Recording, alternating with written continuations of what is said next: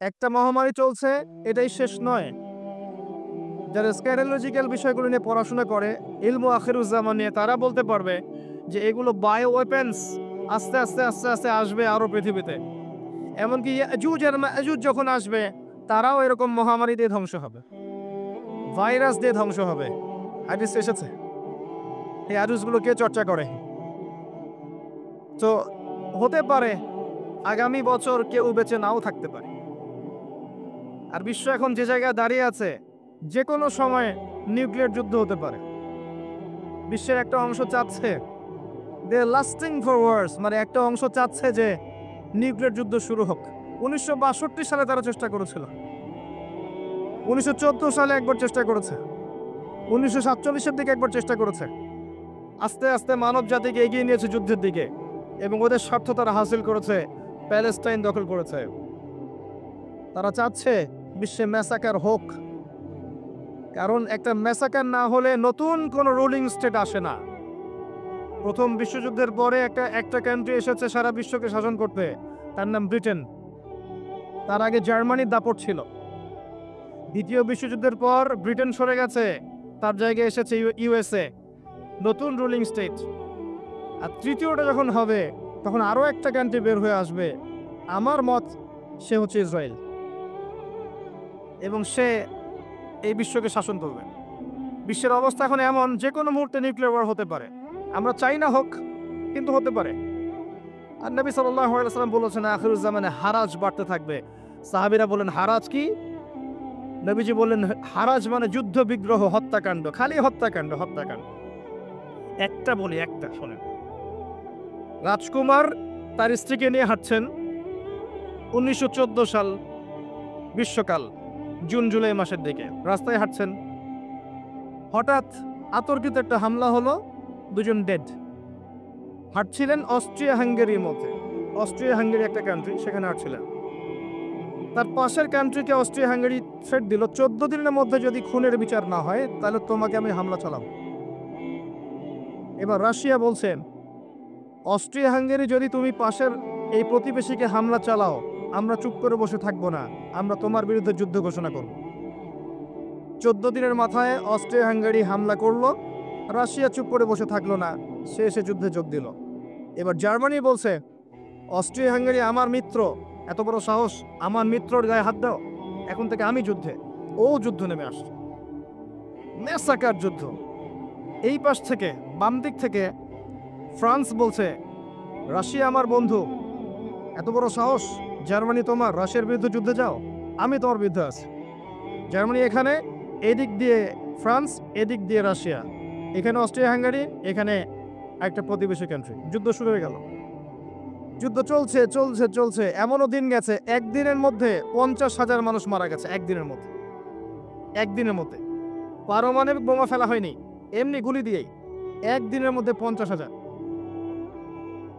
বেলজিয়ামও জড়িয়ে গেল।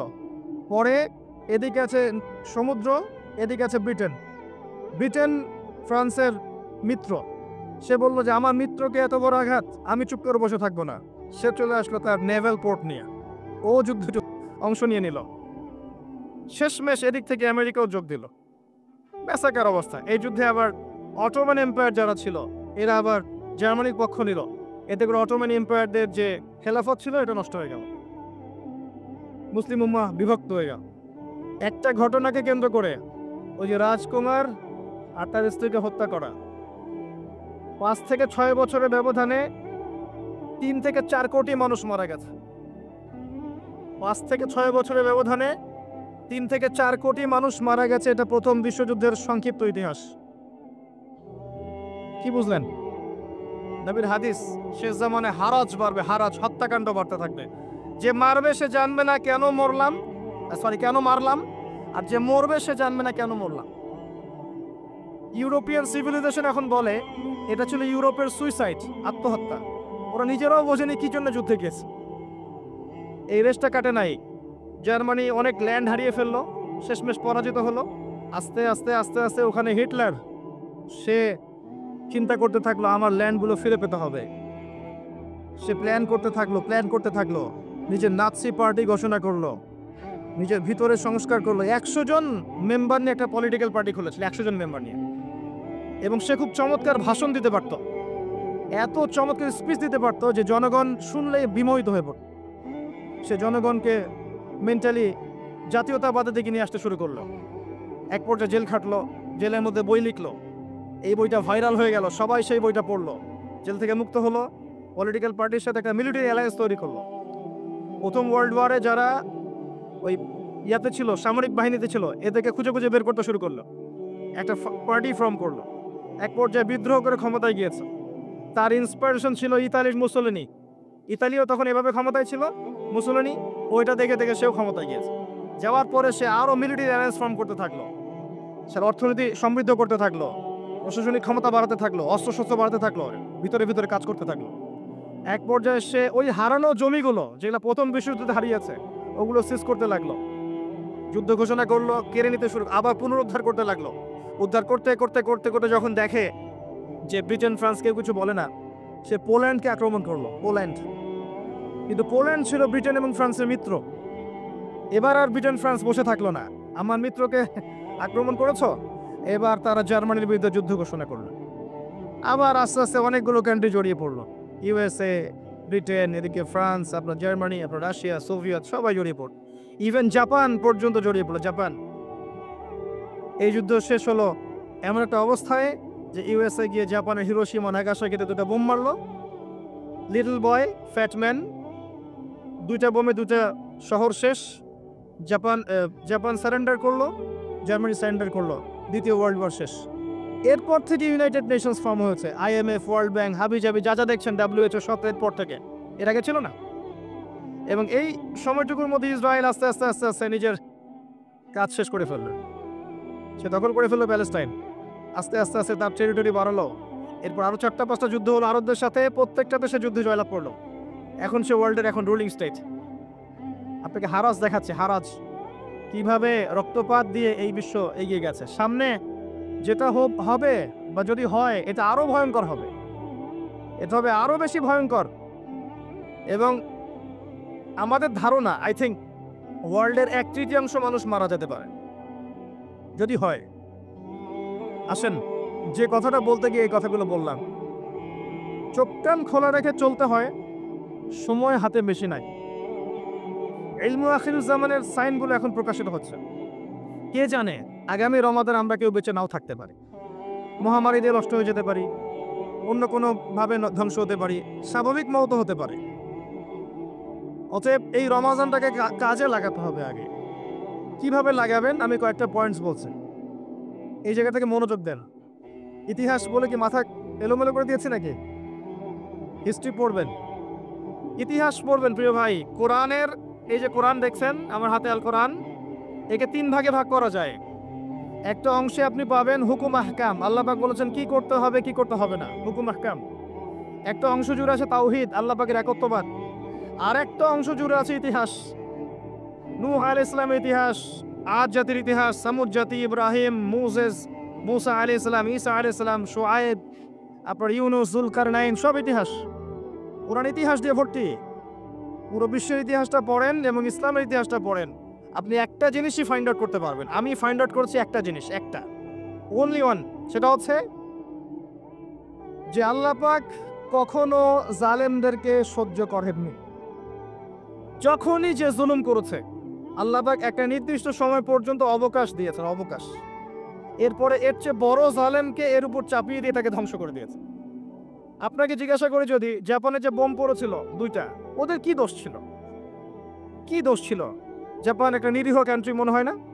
কি দোষ ছিল? এখন তো তারা আমেরিকার বন্ধু। কি দোষ ছিল? আপনি জাপানিজদের ইতিহাস পড়েন, ওই বিশ্বযুদ্ধের আগে জাপান যা জুলুম করেছে চাইনিজদের উপরে, ইন্দোনেশিয়ানদের উপরে, এই বার্মিজদের উপরে, মেয়েদেরকে গণহারে ধর্ষণ করতো, বাচ্চাদেরকে হত্যা করতো। দেখেন, এক জালেমকে আল্লাহ পাক আরেক জালেমের হাত দিয়ে শায়েস্তা করে দিয়েছে।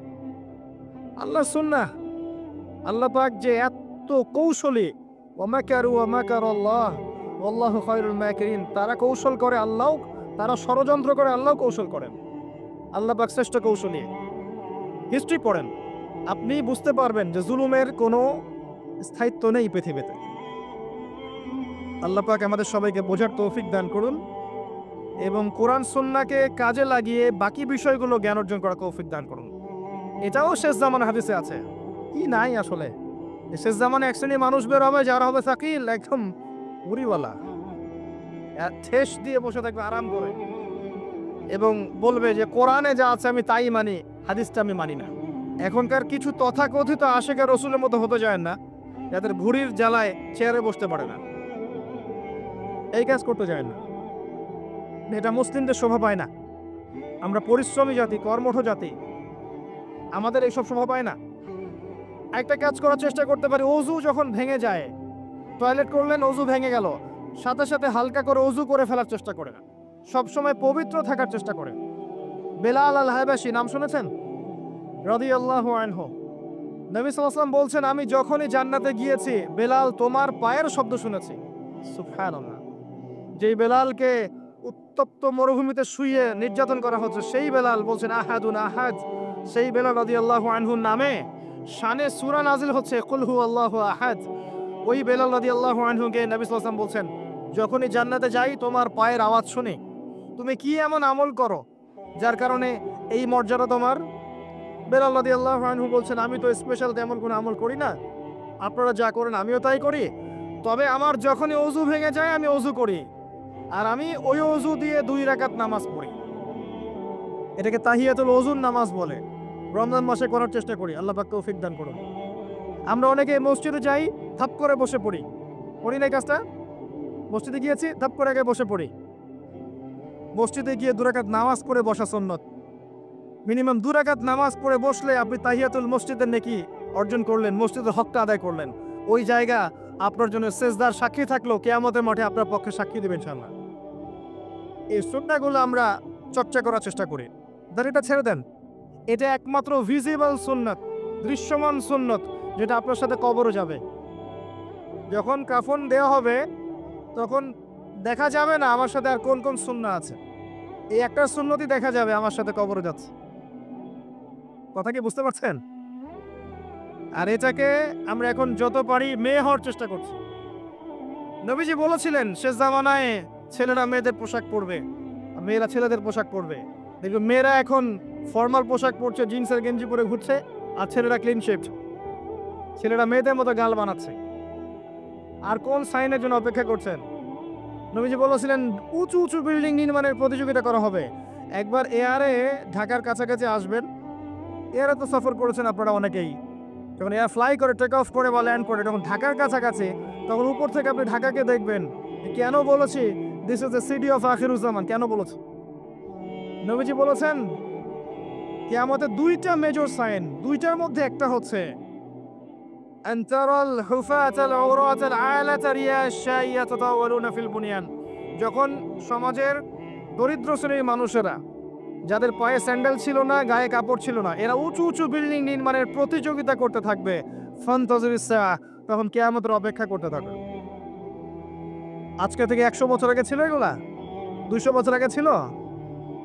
সুবহানাল্লাহ। আর কোন সাইনের জন্য অপেক্ষা করছেন? তিনি বলেছেন শেষ জামানায় women will dressed but still they will be naked. মহিলারা কাপড় পরবে, তারপরেও তারা নগ্ন থাকবে। আপনি ঢাকার শপিং মলে যান, আপনি দেখেন আর কোন সাইনের জন্য অপেক্ষা করছে? শুধু ঢাকা কেন, গ্রামগঞ্জে ছড়িয়ে পড়েছে এগুলো, এখন গ্রামেও ছড়িয়ে পড়েছে। গ্রামে আরো বেশি দেখা গেছে মাশাআল্লাহ। গ্রামে কি আমরা হতভাগ, সুবহানাল্লাহ। গ্রামের মেয়েগুলা, গ্রামের মেয়ে ঢাকা শহরের মেয়েকে পার করে ফেলেছে।